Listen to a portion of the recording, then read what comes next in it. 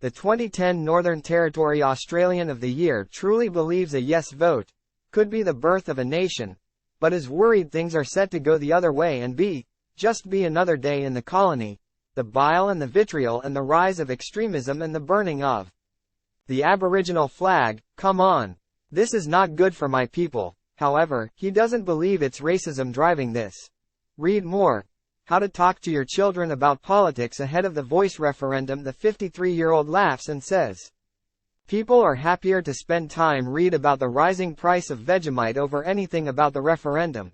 The strange thing is, Australia's not a racist place, Thornton believes. Maybe it's a little bit illiterate. It doesn't want to read up on this stuff, but it's not racist. It's just a bit lazy, and a slogan like, if you don't know, vote no, it's working perfectly for that. The wonderful slogan. That's just treating Australia like a bunch of illiterate village idiots. The award-winning director, screenwriter and cinematographer then got involved in the Yes campaign by directing the ad featuring John Farnham's anthem You're the Voice. Thornton tells 9 Honey he feels like all of his work on feature films was leading him to this moment in his life and this commercial. In a strange way, this is what I was built for, he says. Time equals 400 ms, greater than, it takes a long time to learn your craft. You need to find your own voice in cinema and it's actually quite hard work, but I've done it for long enough and maybe what I've been doing all this time is to actually make this one ad. Read more. TV's original Lois Lane, Phyllis Coates, dies aged 96 inches. Maybe that was my calling. All of these bloody features, they're all training to make this one little ad.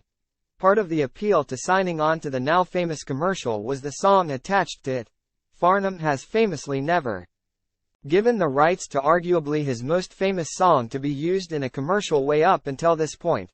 I think it kind of hooked me. If Johnny Farnham is happy for that song to be in here. And he's a very empowering man. And the words are so incredibly beautiful, Thornton says, it was actually written as a protest song a long time ago, and for all our lovable bogans, who have been singing that song for years, maybe they can recognize the words a little bit better and, actually, how empowering it is.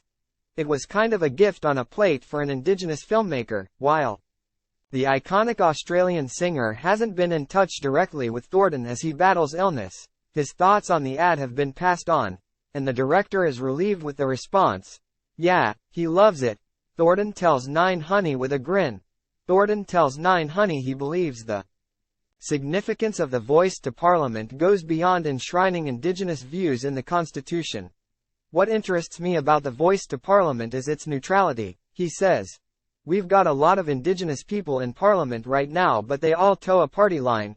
They're Liberal, Labour, Coalition, and they're actually towing a line, so they're not neutral. For a daily dose of 9 Honey, subscribe to our newsletter here. What we're talking about is a neutral voice for people who actually do not align to Labour.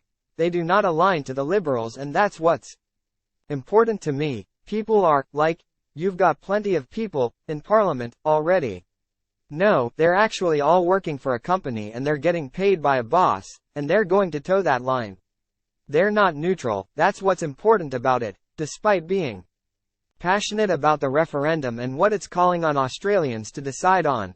Thornton told a packed Curzon cinema at the New Boy premiere earlier this week that he's unlikely to pay the closest attention to Saturday's results as they are tallied, in case they go the way he fears.